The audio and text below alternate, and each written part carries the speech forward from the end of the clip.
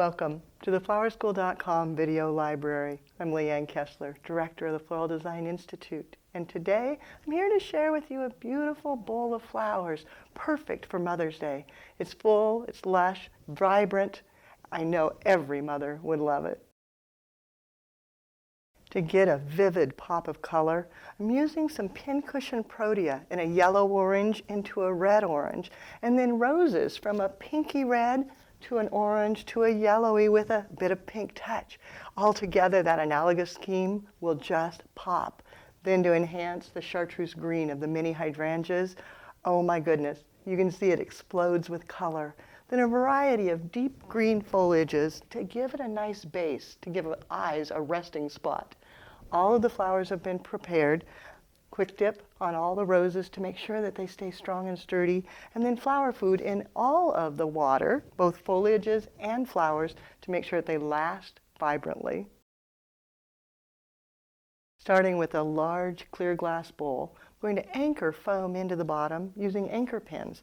A little bit of floral clay, pull it off, roll it like you're making a snake, fold it into a donut so you've got a nice circular shape, then placing that on the bottom of the pin, and then pushing that against the glass and twisting so you create a bit of a suction. So again, it's a dab of the clay,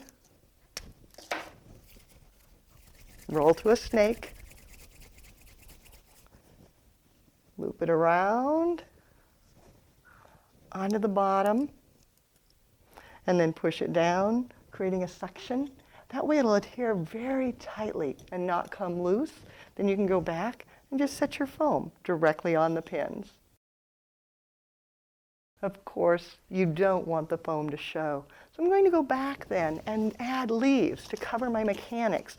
Aspidistra are perfect. They're long and leathery. Give it a cut and then just wrap it around the inside of the bowl. You can also use fatsia leaves. Their big fingers hide things so well. These fatsia are from 50 flowers. They're absolutely amazing. Just give it a cut. You might even want to cut it in half. It's not quite so big. And then set that down in. And repeat that with additional leaves, both fatsia and aspidistra, until you can seal the foam completely.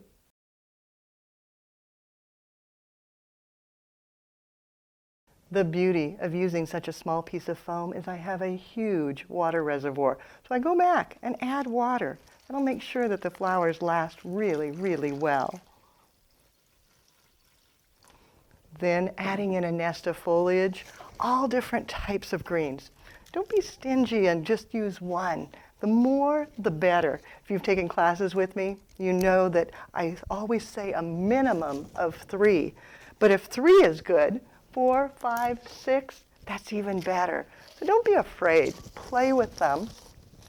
Bring them in, creating a lush nest to support your flowers.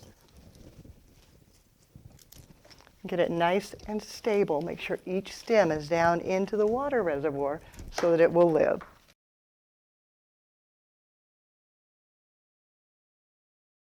The round form has begun with the nest. Now I continue that on with the flowers. Hydrangea, cutting it, placing it in deeply so it will drink. Clustering a few together. Don't want to do just a total salt and pepper look. Pulling your eye across to the opposite side, creating a horizontal line coming through the arrangement.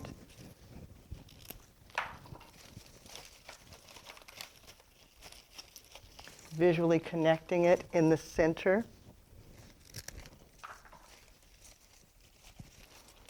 Getting it nice and deeply in there. Then going back, the protea.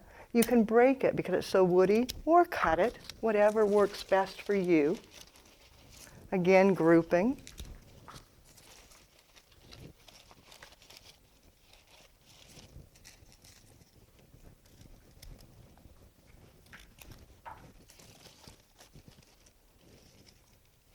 And carrying your eye over to the opposite side.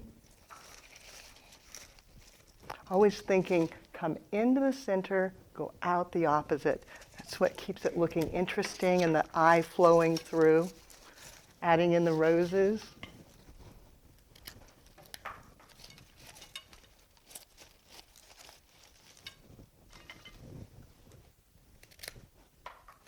Doing one a little lower than the other, shadowing underneath to make it look even more important. A little bit long, let's cut it down. That'll shadow underneath there. Bring in other colors. And again, start on one side, work your way, and come out the other.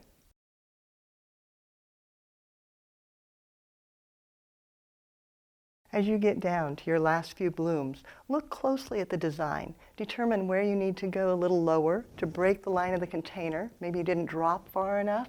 So taking another bloom and inserting it low.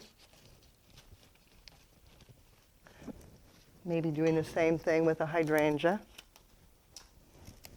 Bring it low and under to help break the line, to connect it to the vessel at the bottom. Make sure it's down in there deeply. Then look at the center. You want a little bit of drama up here, right at the top. Going with the brighter protea. Setting it down in.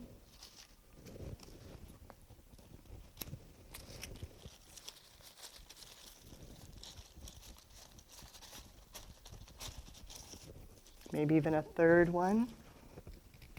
To add impact right up at the top of the bouquet.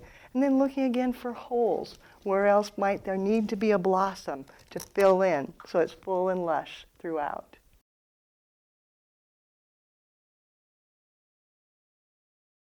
Long-lasting, luxurious, it's sure to be a favorite. Now you want to do one step more to make sure it lasts as long as possible. And that's to spray it down with Crowning Glory. Just saturate the blooms, lock that moisture in so it stays for days and days and days. Now it's your turn. If you need more creative inspiration or if you have questions, you can reach us through the website at flowerschool.com. Find so many fabulous things there. Or pick up the telephone. It's 503-223-8089. If it's easier, pop me off an email. It's Leanne, Leanne, at floraldesigninstitute.com. I really do love to hear from you. Now it's your turn. Have fun and do something you love.